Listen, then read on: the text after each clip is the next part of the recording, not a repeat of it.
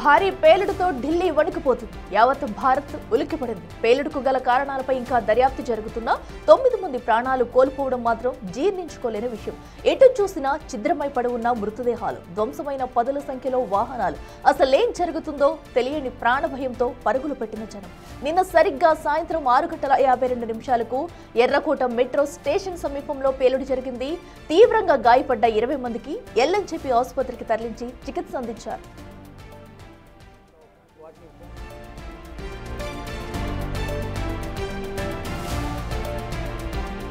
Traffic signal దగ్గర పేలుడు జరగడం, అదే సమయంలో మంటలు పక్కనే ఉండటంతో ప్రమాద తీవ్రత ఎక్కువైంది. అదీ కాకుండా హస్తినాలో ఉన్నవి గ్యాస్ కార్లు, ఆటోలు కావడంతో పేలుడు తీవ్రత చాలా ఎక్కువగా ఉన్నట్లు చెబుతున్నారు.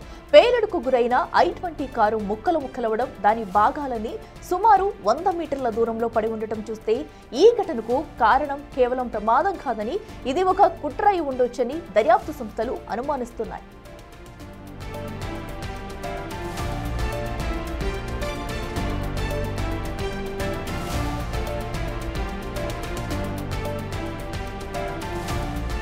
ఢిల్లీలో జరిగిన అటు ఘోర ప్రమాదంలో కూడా ఇప్పటికే 9 మంది మరణించారు. మరికొంతమందికి అయితే చికిత్స అందుతుంది. అయితే అసలు ఈ కార్లో పేలిన ఘటన అయితే అసలు ఇదంతా ఎవరు చేశారు, ఎలా పేలింది, అక్కడ ఉన్న పేలుడు పదార్థాలు ఏంటి, అసలు ఈ బాంబ్ బ్లాస్ట్ కి సంబంధించి కూడా అసలు ఏం జరిగిందనేది అయితే ప్రస్తుతం పెద్ద క్వశ్చన్ గా మారిందని చెప్పుకోవాలి. దీనిపై అయితే ఒక పక్కన దర్యాప్తు జరుగుతుంది.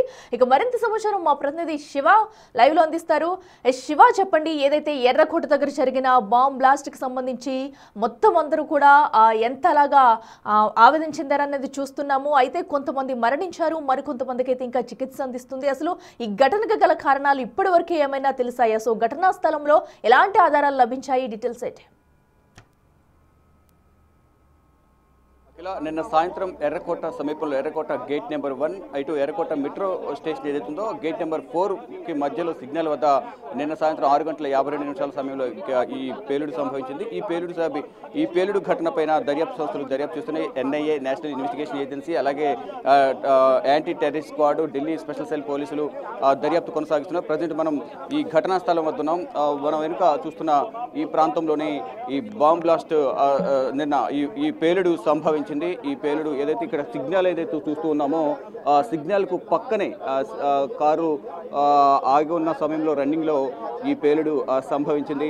రాత్రి వరకు కూడా ఈ డేరాలు ఏవి కూడా క్లాతులు కూడా ఏమీ లేవు. కానీ ఉదయం సమయానికి మొత్తం అడ్డుగా బార్కెట్లు పెట్టి ఈ క్లాతులు పెట్టి మొత్తం ఇక్కడ పోలీసులు కానీ, ఇటు FSL ఫోరెన్సిక్ ల్యాబ్కు సంబంధించిన నిపుణులు కానీ, ఇతర సిబ్బంది, నేషనల్ ఇన్వెస్టిగేషన్ ఏజెన్సీ, అలాగే యాంటీ టెర్రరిస్ట్ స్క్వాడ్ వీరంతా కూడా ఇక్కడ మొత్తం దర్యాప్తు కొనసాగిస్తున్నారు. ఆధారాలను కూడా, కీలక ఆధారాలను సేకరిస్తూ ఉన్నారు. అయితే మొత్తం నిన్న జరిగిన ఘటనలో 9 మంది చనిపోయారు. వీరిలో 2 మృతదేహాలను ఇప్పటికే పోలీసులు గుర్తించారు. ఒకరు ఉత్తరప్రదేశ్, రెండవ మృతదేహం ఢిల్లీదిగా కూడా గుర్తించారు. అయితే మృతుల్లో అందరూ కూడా పురుషులే ఉన్నారు. నిన్న సాయంత్రం 6:52 సమయంలో ఈ ఘటన చోటు చేసుకుంది. ఎర్రకోట సమీపంలో పార్కింగ్ స్థలంలో, అంటే ఎర్రకోటకు సంబంధించి పార్కింగ్ స్థలం ఎర్రకోటకు మధ్యాహ్నం సమయంలో ఈ i10 కారు అనేది పార్క్ చేశారు. మధ్యాహ్నం 3:19 సమయంలో పార్కింగ్ స్థలంలోకి కారు వచ్చింది. సాయంత్రం 6:48 పార్కింగ్ స్థలం నుంచి కారు బయలుదేరి బయటకు వచ్చింది. ఆ తర్వాత కొద్దిసేపటికే ఈ పేలుడు సంభవించింది.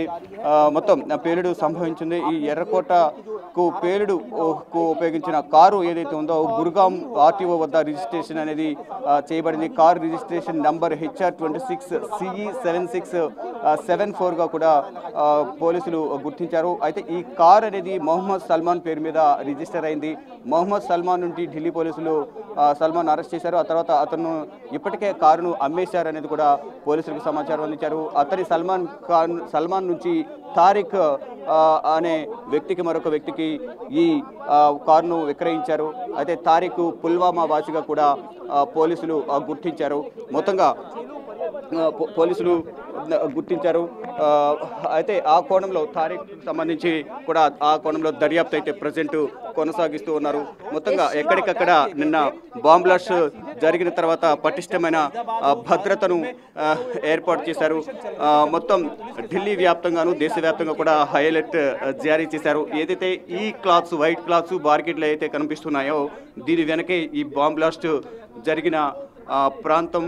ఇక్కడ కార్లు I-20 కారు, దాని పక్కన మరొక ట్రక్కు, ఇటు పక్కన 2 ఆటోలు, 2 బ్యాటరీ వాహనాలు కూడా పూర్తిగా దగ్ధమయ్యాయి. ఇక్కడ ఈ FSL నివేదికకు సంబంధించి కూడా ఇక్కడ నిన్నటి నుంచి కూడా ఈ FSL ఫోరెన్సిక్ నిపుణులు మొత్తం అన్ని ఆధారాల కోసం కూడా లైటర్తో వెతుకుతూ ఏమైనా ఆధారాలు దొరుకుతాయా ఏంటనే కోణంలో కూడా అన్ని మొత్తం సెర్చ్ ఆపరేషన్ అయితే మొత్తం కూడా కొనసాగిస్తున్నారు. ఇక్కడ national investigation agency, anti terrorist squad, Delhi special cell పోలీసులు, మరొక ఢిల్లీ పోలీసులు, CRPF బలగాలు అందరూ కూడా ఇక్కడ మోహరించి ఉన్నారు. ఇది రెడ్ ఫోర్ట్ గేట్ నెంబర్ 1. ఇది మనం ఏదైతే చూస్తున్నామో ఈ రెడ్ ఫోర్ట్ గేట్ నెంబర్ 1 ఇక్కడ మనం చూస్తున్నాం. ఇది ఈ పక్కనే రెడ్ ఫోర్ట్. ఇక్కడ ప్రధాని నరేంద్ర మోడీ జెండా ఆవిష్కరణ చేసే ప్రాంతానికి స్థలానికి ఇది రెడ్ ఫోర్ట్కు సంబంధించి మెయిన్ ఎంట్రన్స్. ఇక్కడే ప్రధాని నరేంద్ర మోడీ జెండా ఆవిష్కరిస్తారు. ఇక్కడ నుంచి ఎగ్జాక్ట్గా 50 మీటర్స్ డిస్టెన్స్లోనే మనం చూపిస్తూ ఉన్నాను.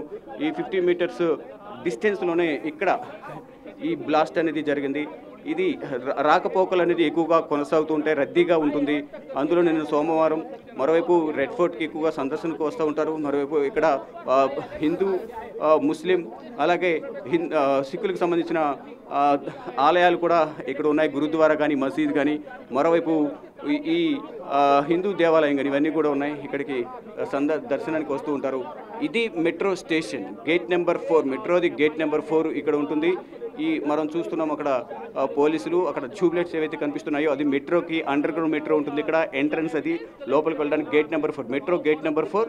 ఇండియా గేట్ అది red fort gate number main gate number 1. ఇక్కడ ఈ బ్లాస్ట్ అనేది జరిగింది. ఇక్కడ పోలీసులు అన్ని ఆధారాలను సేకరించే పనిలో నిమగ్నమై ఉన్నారు. దానిలో భాగంగా బ్లాస్ట్ జరిగిన వెంటనే ముందు I-20 కారు డీటెయిల్స్ అన్ని కూడా తీసుకున్నారు. ఆ కారు ఎక్కడి నుంచి బయలుదేరింది, ఎక్కడికి వచ్చింది, అసలు మధ్యాహ్నం పార్కింగ్లోకి ఎన్ని గంటలకు వెళ్ళింది, ఎన్ని గంటలకు బయటకు వచ్చింది. మధ్యాహ్నం 3:19 కారు పార్కింగ్లోకి వెళ్ళింది. 6:48 కారు పార్కింగ్ నుంచి బయటకు వచ్చింది. వితిన్ 4 or 5 మినిట్స్లోనే 6:52 ఇక్కడ సిగ్నల్ ఏదైతే ఉందో మనం చూస్తున్న ఈ సిగ్నల్, ఈ రెడ్ లైట్ అలాగే గ్రీన్ లైట్స్ ఏవైతే కనిపిస్తున్నాయో, ఆ పరదాలు ఏవైతే కనిపిస్తున్నాయో, వైట్ క్లాత్స్ ఏదైతే కట్టారో ఈ క్లాత్ల వెనకాల ఉన్న కారులోనే బ్లాస్ట్ సంభవించింది. ఈ బ్లాస్ట్కి దానిలో ఉన్న ప్రయాణిస్తున్న వారు కూడా చనిపోయారు. ఆ మంటలు వెనుకున్న మరో ట్రక్ కలుపుకున్నాయి.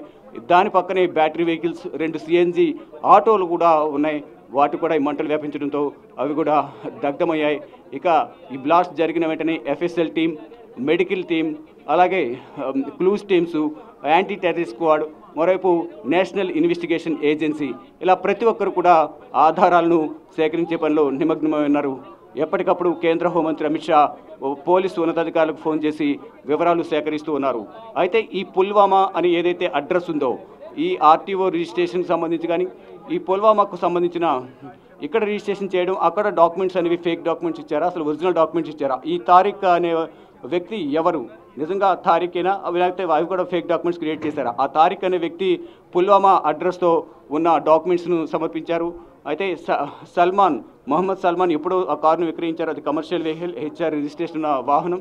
ఆ వాహనం ఎప్పుడో నేను అమ్మేశానంటూ కూడా పోలీసులకు మొహమ్మద్ సల్మాన్ సమాచారం ఇచ్చారు. సమాచారం ఇచ్చిన నేపథ్యంలో పోలీసులు వివిధ కోణాల్లో కూడా దర్యాప్తు కొనసాగిస్తున్నారు. అయితే ప్రధానంగా ఇక్కడ పుల్వామా టు ఫరీదాబాద్ అనే లింకులు ఏమైనా ఉన్నాయనేది కోణంలో కూడా చూస్తున్నారు. మహమ్మద్ అజ్ముల్ ఫరీదాబాద్లో ఆయన నివాసంలో, అదే జమ్మూ కాశ్మీర్కి సంబంధించిన వైద్యుడు, ఇక్కడ ఫరీదాబాద్లో ఒక ఇంటిని అద్దెకు తీసుకుని నివాసం ఉంటున్నాడు. ఇక్కడ వైద్య వృత్తి చేపడుతున్నాడు, వస్తూ పోతూ ఉంటారు, ఇక్కడ నివాసం ఉంటారు. అయితే అతని తోటి సహచర మహిళా వైద్యురాలితో ఎక్కువగా సత్సంబంధాలు కలిగి ఉన్నారు. ఇక్కడ ఢిల్లీ వచ్చినప్పుడు కానీ ఫరీదాబాద్ వచ్చినప్పుడు కానీ ఆ మహిళ కారును వినియోగించేవారు అనేది కూడా పోలీసులు, దర్యాప్తు శాఖ అధికారులు గుర్తించారు. దానిలో భాగంగా ఆ మహమ్మద్ ముజ్ముల్కి సంబంధించిన నివాసంలో దర్యాప్తు చేసిన తర్వాత అతను ఇచ్చిన సమాచారం మేరకు ముందుగా జమ్మూ కాశ్మీర్ అతని అదుపులోకి తీసుకున్నారు. తర్వాత అతని నివాసంలోని AK-47 గన్ను స్వాధీనం చేసుకున్నారు. దాంతోపాటు అతను ఇచ్చిన సమాచారం మేరకు ఫరీదాబాద్లో 360 కేజీల RDX అలాగే 2900 కేజీల ఈ పేలుడు పదార్థాలు ఇతర రసాయన పదార్థాలను స్వాధీనం చేసుకున్నారు. దానికన్నా ముందు 2 రోజుల ముందు గుజరాత్లో ATS పోలీసులు ముగ్గురిని అదుపులోకి తీసుకున్నారు. ఇక్కడ దానికి సంబంధించి హైదరాబాద్లో కూడా అదుపులోకి తీసుకున్నారు. దీంట్లో మ్యాక్సిమం అందరూ కూడా వైద్యులే ఉండటం. గతంలో మనం చూసాం నిరుద్యోగులు నిరక్షరాస్యులు ఎక్కువగా ఈ ఉగ్రవాదం వైపు ఎక్కువగా మొగ్గు చూపేవారు. కానీ ఇప్పుడు వైట్ కాలర్ ఉద్యోగులు అంటే డాక్టర్లు కూడా వైద్యులు కూడా ఇప్పుడు ఈ ఉగ్రవాదం వైపు మొగ్గు చూపుతున్నారు. డాక్టర్లను వినియోగించుకుని ఒక రిసిన్ అనే ఒక విషపూరితమైన ఇంజెక్షన్ను విష పదార్థాన్ని తయారు చేస్తున్నారు. దీని ద్వారా కూడా చాలా ప్రమాదం అనేది ప్రధానంగా వైద్యులు నిపుణులు గుర్తించారు. దీని ద్వారా కూడా విధ్వంసం సృష్టించాలనేది కూడా ప్రయత్నాలు చేస్తున్నట్లుగా కూడా తెలుస్తోంది. దానిలో భాగంగా శివ మనం చూసుకున్నట్టయితే ప్రధానంగా ఏదైతే పేలుడు సంభవించిన టైంలో కూడా ఆ కారులో ఎంతమంది ఉన్నారు, అసలు కారుకి సంబంధించిన కదలికలు ఏమైనా సీసీ ఫుటేజ్ ఆధారాలు ఏమైనా బయటకు వచ్చాయి అండ్ అలాగే బ్లాస్ట్ జరిగిన సమయంలో ఆ పేలుడులో ఎలాంటి పదార్థాలు వాడారు, ఎలాంటి రసాయనాలు వాడారు, ఎందుకంటే ఆల్రెడీ ఇప్పటికీ ఇంకా అక్కడ నిపుణులు అయితే ప్రతిదీ క్షుణ్ణంగా పరిశీలిస్తున్నారు, ఏమన్నా ఆధారాలు లభిస్తాయనేది కూడా. సో ఇప్పటి వరకు ఆ పేలుడుకి సంబంధించిన దానిలో ఎలాంటి యూజ్ చేశారనేవి ఏమైనా బయటకు వచ్చాయా? రైట్, పేలుడుకు సంబంధించి అయితే ఇది ఉగ్రవాదుల కుట్ర అనేది ఇంటెలిజెన్స్ బ్యూరో వద్ద సమాచారం అయితే ఉంది. కానీ దాంట్లో ఎటువంటి పేలుడు పదార్థాలు వినియోగించారు అనేది మాత్రం ఇంకా అధికారికంగా ధృవీకరించాల్సి ఉంది. కానీ ఇది ఉగ్రవాదుల కుట్రే, ఆత్మాహుతి దాడి అనేది ప్రధానంగా అయితే తెలుస్తోంది. ఇది ఆత్మాహుతి దాడా లేదా ఏమైనా రిమోట్ కంట్రోల్తో ఆపరేట్ చేశారా వెహికల్ని అనేది కూడా తెలియాల్సి ఉంది. కానీ ఆ వాహన కదలికలని కూడా గుర్తించిన నేపథ్యంలో మధ్యాహ్నం 3:19 పార్కింగ్లోకి వెళ్ళింది. పార్కింగ్ నుంచి 6:48 బయటకు వచ్చింది. బయటకు వచ్చిన కొద్దిసేపటికే అంటే 6:48 బయటకు రావడం, 6:52 ఇక్కడ ఈ పరదాల వెనుక ఈ సిగ్నల్ వద్ద ఏదైతే ఉందో ఇక్కడ ఈ పార్కింగ్ అంటే ఈ రన్నింగ్ ఇది రెగ్యులర్గా వాహనాల రద్దీ అనేది ఎక్కువగా ఉంటుంది. ఇక్కడ పార్కింగ్ చేసుకోవడానికి కూడా ఎక్కువగా అవకాశం ఉండదు. కేవలం ఎవరైనా ప్రయాణికులను దించడానికి ఎక్కించుకోవడానికి తప్ప ఇక్కడ ఎక్కువసేపు ఆపడానికి కూడా ట్రాఫిక్ అనేది ఎక్కువ ఉంటున్న నేపథ్యంలో ట్రాఫిక్ సిబ్బంది కూడా ఎక్కువగా ఇక్కడ వాహనాలను ఆపేందుకు అనుమతించారు. వాహనాల ఫ్లోటింగ్ అనేది రన్నింగ్ అనేది ఎక్కువ ఉంటుంది. కానీ ఇక్కడ కదిలే వాహనంలోనే ఈ బ్లాస్ట్ జరిగింది అనేది కూడా చెప్తూ ఉన్నారు. అంటే ఈ ప్రాంతానికి ఒకవైపు ఎర్రకోట ఉంటుంది, మరోవైపు హిందూ దేవాలయం, ఆ పక్కన గురుద్వారా, ఈ రెడ్ ఫోర్ట్కి కొంత దూరంలో ఇటు మస్జిద్, ఈ 3 ప్రాంతాల్లో కూడా అన్ని మతాలకు సంబంధించి కులాలకు సంబంధించి వారందరూ కూడా ఇక్కడ నివాసం ఉంటూ ఉంటారు. ఇక్కడ ఈ బ్లాస్ట్ జరగడం పట్ల కూడా అనేక మంది అనేక అనుమానాలు అయితే వ్యక్తం చేస్తూ ఉన్నారు. ఇటు పెహల్గాంలోని బైసరన్వేలో దాడి జరిగిన తర్వాత అప్పటి నుంచి కూడా పాకిస్తాన్ ఉగ్ర కుట్రలకు ఇంకా బరితెగించి ప్లాన్ చేస్తుంది. దేశవ్యాప్తంగా వారి సానుభూతి పరులు మద్దతుదారులను ఇక్కడగా మొత్తం వ్యాపింపచేసి వారి ద్వారా ఎక్కడెక్కడ దాడులు చేయాలి, ఎక్కడ దాడులు చేయడం ద్వారా ఎంత మేర ప్రభావం ఉంటుంది, ఏ విధంగా దాడులు చేయాలనేది కూడా ప్రధానంగా ఒక వ్యూహాన్ని సిద్ధం చేసుకున్నారు. ఈ పేలుడు పదార్థాలను కూడా దేశవ్యాప్తంగా వివిధ ప్రాంతాల్లో భద్రపరిచారు. వారు ఒక ప్లాన్ ప్రకారం నిర్ణయించుకున్న ప్రకారం ఇక్కడ దాడులు కొనసాగుతున్నాయి. కానీ ఎవ్వరూ కూడా ఊహించలేదు. ఒకవైపు ఉగ్రవాదులను అరెస్ట్ చేస్తున్నారు. వారిచ్చిన సమాచారం మేరకు వారి సానుభూతి పరులను అదుపులోకి తీసుకునే ప్రయత్నం అయితే NIA యాంటీ టెర్రరిస్ట్ స్క్వాడ్ ప్రయత్నాలు చేస్తోంది. కానీ ఒకవైపు ఫరీదాబాద్లో అరెస్టు జరిగింది. గుజరాత్ ATS పోలీసులు అక్కడ గుజరాత్లో ఉగ్రవాదులు అరెస్ట్ చేశారు. ఉగ్రవాదులను గత సంవత్సర కాలంగా వారిపై నిఘా ఉంచి వారిని పట్టుకున్నారు. ఇటు హైదరాబాద్లోకి వ్యక్తిని అదుపులోకి తీసుకున్నారు. ఇలా అరెస్టులు కొనసాగుతున్న నేపథ్యంలో ఒక్కసారిగా ఢిల్లీలో ఈ బ్లాస్ట్ జరిగిన నేపథ్యంలో అందరూ కూడా ముందుగా అది CNG పెట్రోల్ వాహనం కాబట్టి బాంబ్ బ్లాస్ట్ అంటే పేలుడు సంభవించి ఉండొచ్చు అనేది కూడా ముందుగా భావించారు. కానీ ఆ పేలుడు తీవ్రత చూసిన తర్వాత అంటే కిలోమీటర్ దూరం వరకు కూడా ఈ పేలుడు శబ్దం అనేది వినిపించింది అనేది కూడా చెప్తున్నారు. దాని తీవ్రతను బట్టి చూస్తే కనుక స్పాట్లోనే 8 మంది చనిపోయారు. హాస్పిటల్కి వెళ్ళిన తర్వాత మరొకరు చనిపోయారని చెప్తున్నారు. మొత్తం 9 మంది చనిపోయారు. దాదాపు 15 నుంచి 20 మందికి పైగా కూడా గాయాలపాయారు. వారిలో కూడా 6గురి పరిస్థితి విషమంగా ఉందని చెప్తున్నారు. నిన్న కేంద్ర హోంమంత్రి అమిత్ షా కూడా మీడియాతో మాట్లాడారు. దీన్ని తీవ్రంగా ఖండిస్తున్నాం. మృతుల కుటుంబాలకు సానుభూతి తెలియజేస్తున్నాము. గాయపడిన వారిని మెరుగైన వైద్యం కోసం వేరే ఆసుపత్రి తరలిస్తున్నాం, మెరుగైన వైద్యం అందిస్తామంటూ కూడా ఈ కేంద్ర హోంమంత్రి అమిత్ షా తెలియజేశారు. ఎప్పటికప్పుడు ప్రధాని నరేంద్ర మోడీ కూడా రివ్యూ నిర్వహిస్తున్నారు. 2 రోజుల పర్యటనలో భాగంగా ఈరోజు ప్రధాని నరేంద్ర మోడీ భూటాన్ వెళ్ళబోతున్నారు. 2 రోజుల తర్వాత మళ్ళీ తిరిగి రానున్నారు. ఈలోపే దీనికి సంబంధించి కేసుకు సంబంధించి క్లియర్గా కన్క్లూజన్కి వచ్చే అవకాశం అయితే కనిపిస్తుంది. కేంద్ర హోంమంత్రి అమిత్ షా దగ్గరుండి దీనంతా కూడా పర్యవేక్షిస్తున్నారు. ఈరోజు హై లెవెల్ మీటింగ్ కూడా జరగబోతోంది. కేంద్ర హోంమంత్రి అమిత్ షా అధ్యక్షతన ఉన్నత స్థాయి సమావేశం అనేది ఈరోజు కేంద్ర హోంశాఖ కార్యాలయంలో జరగనుంది. అంటే భవిష్యత్తులో ఇటువంటి పేలుడు జరగకుండా తగిన జాగ్రత్తలు తీసుకోవాలనేది ప్రధానంగా కేంద్ర హోంశాఖ వివిధ రాష్ట్రాలకు కూడా పలు సూచనలు చేయబోతున్నారు.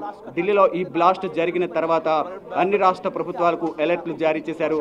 దానిలో భాగంగా ఇటు ఢిల్లీలోను, మరోవైపు ఇతర రాష్ట్రాల్లో కూడా మొత్తం ఎక్కడికక్కడ మొత్తం భద్రతను కట్టుదిట్టం చేశారు. ఇక ఇక్కడ బార్కెడ్లు ప్రమాదం జరిగిన ప్రాంతానికి ఒక 1/2 కిలోమీటర్ వరకు కూడా బార్కెట్లు ఏర్పాటు చేశారు. మరోవైపు 2 కిలోమీటర్ల వరకు కూడా వాహనాలు లోపలికి రాకుండా కేవలం ఒక మీడియాను మాత్రమే, అది కూడా కాలినడకన మాత్రం లోపలికి అనుమతిస్తున్నారు. 2 కిలోమీటర్ల వరకు వాహనాలను ఆపేస్తూ ఉన్నారు. ఈ పరదాల వెనుక ఈ దర్యాప్తు అనేది FSL team, NIA national investigation agency, anti terrorist squad, Delhi special cell team, మరోవైపు సిఆర్పిఎఫ్ బలగాలన్నీ కూడా ఇక్కడ మోహరించాయి.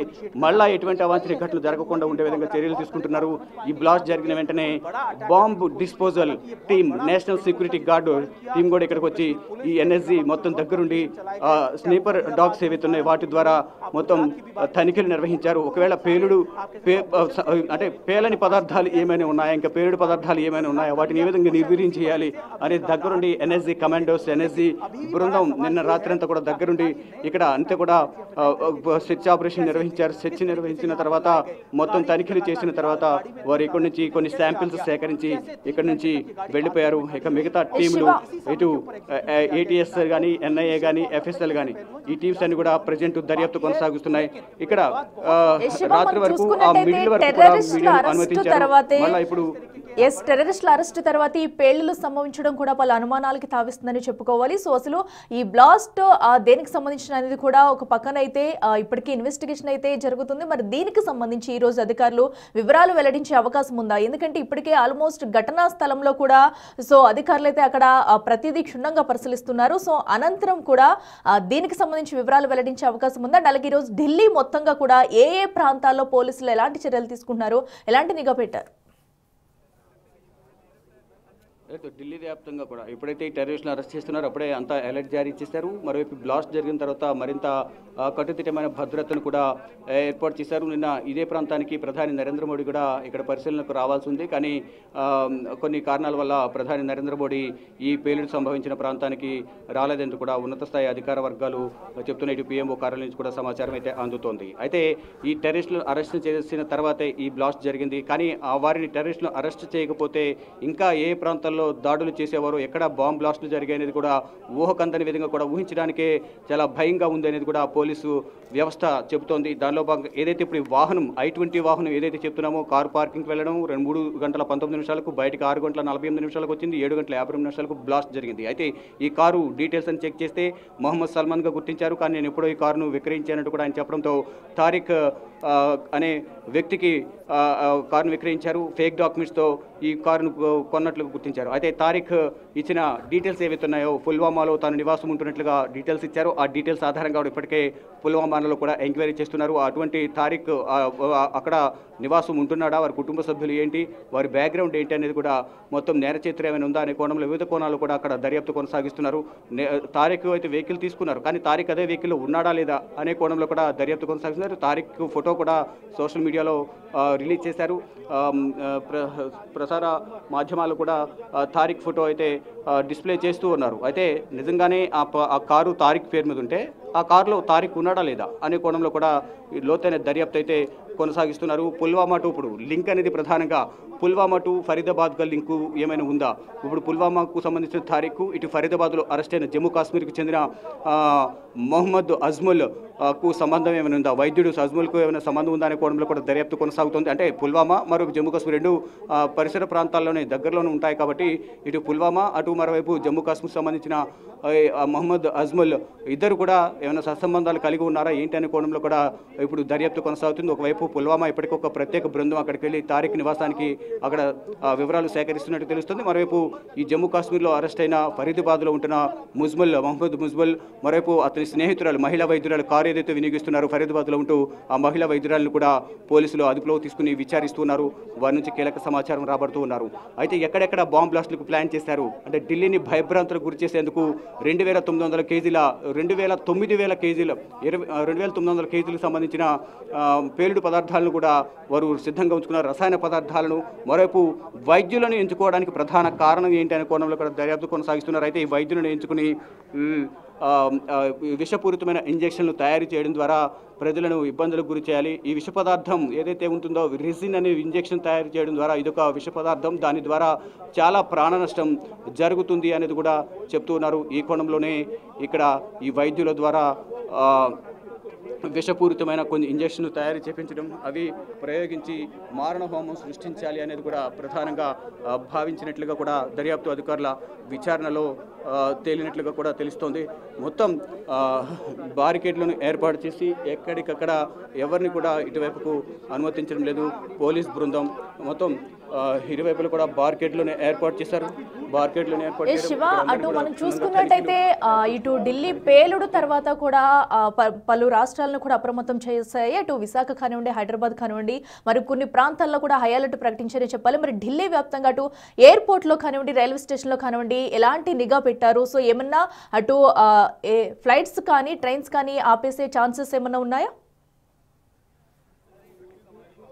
ప్రతి ఒక్క దగ్గర కూడా పటిష్టమైన భద్రతను ఏర్పాటు చేశారు. సిఆర్పిఎఫ్ బలగాలను మోహరించారు. ఎక్కడ కూడా ఎటువంటి అవాంఛనీయ సంఘటనలు జరగకుండా మీరన్నట్లుగా ఎయిర్పోర్ట్లు, రద్దీ ప్రాంతాలు, బస్ స్టాండ్లు, రైల్వే స్టేషన్లలో కూడా ఈ భద్రతను కట్టుదిట్టం చేశారు. ప్రతి ప్రాంతంలో కూడా మెటల్ డిటెక్టర్ను ఏర్పాటు చేసి ప్రతి ఒక్క బ్యాగ్ను, ప్రతి ఒక్క వ్యక్తిని, అపరిచిత వ్యక్తులను, అనుమానిత వ్యక్తుల్ని కంపల్సరీ చెక్ చేయాలి, ఐడి కార్డులు చెక్ చేయాలని కూడా చెప్తున్నారు. మరోవైపు ఇటు యూపీ నుంచి ఢిల్లీలోకి ఎంటర్ అయ్యే ప్రాంతం నోయిడాలోను, మరోవైపు హర్యానా నుంచి ఢిల్లీలోకి ఎంటర్ అయ్యే గుర్గాం ప్రాంతం కానీ పరిధి ప్రాంతాలు అన్ని ప్రాంతాల్లో కూడా చెక్ పోస్టులను ఏర్పాటు చేయాలి. అన్ని రాష్ట్రాల్లో చెక్ పోస్టులను ఏర్పాటు చేసి తనిఖీలు నిర్వహించాలనేది కూడా కేంద్ర ప్రభుత్వం అన్ని రాష్ట్ర ప్రభుత్వాలకు ఆదేశాలు జారీ చేసింది. దానిలో భాగంగా అన్ని చోట్ల కూడా చెక్కింగ్స్ అయితే ప్రజెంట్ కొనసాగుతున్నాయి. అంటే దేశవ్యాప్తంగా భారీ పేలుడులకు ఉగ్ర మూకలు ప్లాన్ చేశాయనేది కూడా తెలుస్తుంది. ఇటీవల కాలంలో కూడా పాకిస్తాన్ ఆక్రమిత కాశ్మీర్లో జైషే మహమ్మద్, లష్కరే తోయిబా, ఐఎస్ఐ ఏజెంట్లు అందరూ కూడా సమావేశమై భారత్ ఆర్మీ, భారత్ పొలిటీషియన్ల, ఇండియన్ పొలిటీషియన్ల టార్గెట్గా దాడులకు ప్లాన్ చేసినట్లు కూడా తెలుస్తుంది. పాకిస్తాన్లో దీనిపై ప్రధానంగా చర్చ కొనసాగుతుంది.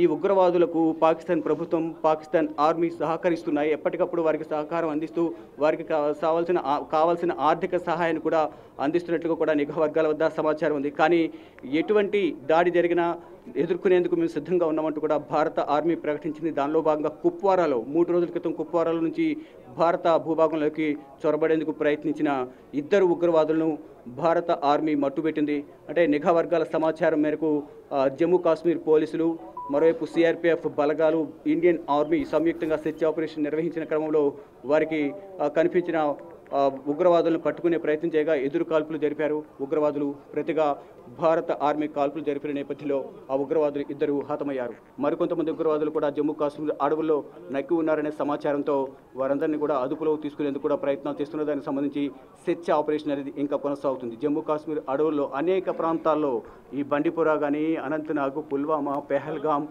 అనంతనాగ్ జిల్లాలో ఈ ఉగ్రవాదుల కదలికలు అడవుల్లో ఎక్కువగా ఈ నదీ పరివాహక ప్రాంతం, సింధు నదీ పరివాహం కానీ, జీలం కానీ, ఈ చిన్న చిన్న నదులు ఏవైతే ఉన్నాయో అటవీ ప్రాంతంలో నక్కి ఉన్నారు అనేది కూడా ప్రధానంగా నిఘా వర్గాలు గుర్తించాయి.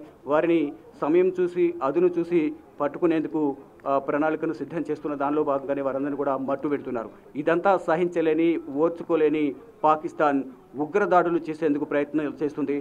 ఈ బైసరన్ వ్యాలీలో జరిగిన ఉగ్రదాడి తర్వాత తీవ్రంగా దీన్ని ప్రతిఘటిస్తూ భారత ప్రభుత్వం ఉగ్రవాదాన్ని కుక్కటి వేలతో పెకిలిస్తాం, ఆ ఉగ్రవాదానికి ఆశ్రయం ఇస్తున్న వారిని ప్రోత్సహిస్తున్న భూభాగాన్ని కూడా భూస్థాపితం చేస్తామంటూ కూడా ప్రధాని నరేంద్ర మోడీ, కేంద్ర హోంమంత్రి, భారత ప్రభుత్వం వారికి హెచ్చరికలు జారీ చేసింది. కానీ వాళ్ళు దాడులు చేస్తూనే ఉన్నారు. ఈ ఆపరేషన్ సింధూర్ పేరుతో ఉగ్ర స్థావరాలపైన దాడి చేసిన నేపథ్యంలో వారు కూడా ప్రతిదాడి చేశారు. ఇక ఇద్దరి మధ్య దాడులు ప్రతిదాడులు కొనసాగాయి. దీంట్లో భారత్ చేసిన దాడులకు పాకిస్తాన్ తట్టుకోలేక కాలవేరానికి వచ్చి కాల్పుల విరమణ ఒప్పందానికి నిర్ణయించుకుంది. అప్పటి నుంచి కూడా భారత్ను ఏదో ఒక విధంగా దెబ్బతీయాలి, దెబ్బ కొట్టాలి, ఏదో విధంగా ప్రాణ నష్టాన్ని వారికి మిగిల్చాలనేది కూడా పాకిస్తాన్ ప్రయత్నిస్తుంది. దానిలో భాగంగానే అప్పటి నుంచి కూడా అనేక ప్రయత్నాలు చేసింది. కానీ ఎక్కడ కూడా వారి ప్రయత్నాలు ఫలించడం లేదు. ఎక్కడికక్కడ భారత భద్రతా బలగాలు, భారత నిఘా టీం, ఇండియన్ నిఘా టీం అంతా కూడా వారి ఎత్తుగడలను తిప్పి కొడుతున్నారు. కానీ ప్రాణ నష్టాన్ని ఏదో ఒక విధంగా ప్రాణ నష్టాన్ని మిగిల్చాలని ప్రయత్నిస్తున్నారు. దానిలో భాగంగా వారికి ఉన్న స్లీపర్ సెల్స్ ఏవైతే ఉన్నారో దేశవ్యాప్తంగా ఇటు ఆంధ్రప్రదేశ్, తెలంగాణలో కూడా అనేక మంది స్లీపర్ సెల్స్ను వారు తయారు చేసుకున్నారు. వారిని ఇప్పటికే యాంటీ టెర్రరిస్ట్ స్క్వాడ్ అదుపులోకి తీసుకున్నారు. ఇలా ప్రతి ఒక్కరిని కూడా అదుపులోకి తీసుకుని వారందరినీ కూడా ప్రశ్నిస్తున్నారు. మొత్తంగా చూసుకుంటే ఈ ఉగ్ర దాడిలో వెనుక ఎవరున్నారనేది కూడా ప్రధానంగా ఇంకా తెలియాల్సింది.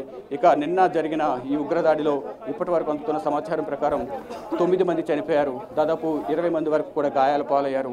వీరిలో అందరూ పురుషులే.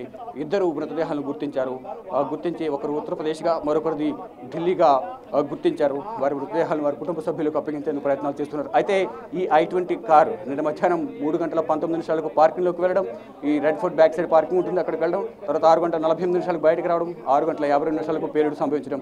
ఆ తర్వాత ఇక్కడ భీతావహ వాతావరణం, ఇక్కడ పరిస్థితులను కూడా హృదయ విదారకంగా ఉన్నాయి. శరీర భాగాలు తెగిపడటం, మొత్తం సగభాగం వరకు కూడా పైకి మొండెం, కింద కాళ్ళు అన్ని కూడా తెగిపడిపోవడం, ఇలా శరీర భాగాలు విడిభాగాలను కూడా తెగిపడిపోయిన నేపథ్యంలో చూడడానికి కూడా చాలా హృదయ విదారకంగా ఉన్నట్టు కూడా ప్రత్యక్ష సాక్షులు చెప్తున్నారు. ప్రజెంట్ అయితే దీనిపై దర్యాప్తు కొనసాగుతుంది. ఈరోజు ఉదయం 11 గంటల తర్వాత కేంద్ర హోంమంత్రి ఆధ్వర్యంలో ఈ పేలుడు ఘటనపై హై లెవెల్ మీటింగ్ను కేంద్ర హోంమంత్రి అమిత్ షా ఏర్పాటు చేశారు. సమావేశం జరగబోతుంది. ఇప్పటికే నేషనల్ ఇన్వెస్టిగేషన్ కానీ, యాంటీ టెర్రరిస్ట్ స్క్వాడ్, FSL అన్ని కూడా ఇక్కడ మొత్తం శాంపిల్స్ని సేకరించి ఫైనల్గా రిపోర్ట్ను త్వరలోనే ప్రభుత్వానికి అందజేయనున్నారు. అయితే ఇక్కడ పుల్వామాకు సంబంధించిన తారీఖు నివాసానికి అక్కడ దర్యాప్తు బృందం వెళ్ళింది. అక్కడ ఆ తారీఖు అసలు ఆ పుల్వామాలో ఉంటున్నాడా లేదా, ఫేక్ డాక్యుమెంట్స్తో ఇక్కడ రిజిస్ట్రేషన్ చేసుకున్నాడా అనేది కూడా చూడాల్సి ఉంది. దాంతోపాటు ఇటు పుల్వామా నుంచి ఫరీదాబాద్, పుల్వామా జమ్మూ కాశ్మీర్, అలాగే ఫరీదాబాద్ హర్యానా, ఇక్కడ లింకప్ ఏమైనా ఉందా, వీరిద్దరికి కూడా ఏమైనా సత్సంబంధాలు ఉన్నాయా, వీరిద్దరి కోఆర్డినేషన్ ఇక్కడ పేలుడికి సంబంధించి ఏమైనా పేలుడు సంభవించిందా, పేలుడికి సంబంధించి ప్లాన్ చేస్తారనే కోణంలో కూడా దర్యాప్తు మొత్తం చూసుకుంటే ఈ నిన్న ఎర్రకోట వద్ద జరిగిన పేలుడికి సంబంధించి దర్యాప్తు కొనసాగుతుంది. దీనికి సంబంధించి ఉగ్రవాద కుట్రే, దీనికి ఉగ్ర కుట్ర ఉంది, ఉగ్రవాద సంస్థ ఎవరున్నా సరే దీనికి కఠినంగా శిక్షిస్తామంటూ కూడా కేంద్ర హోంమంత్రి అమిత్ షా ఒక ప్రకటన విడుదల చేశారు. ఇక ఈరోజు ఉదయం 11 గంటల తర్వాత కేంద్ర హోంమంత్రి అధ్యక్షతన ఉన్నత స్థాయి సమావేశం జరగనుంది. Akhila. Right Shiva, thank you.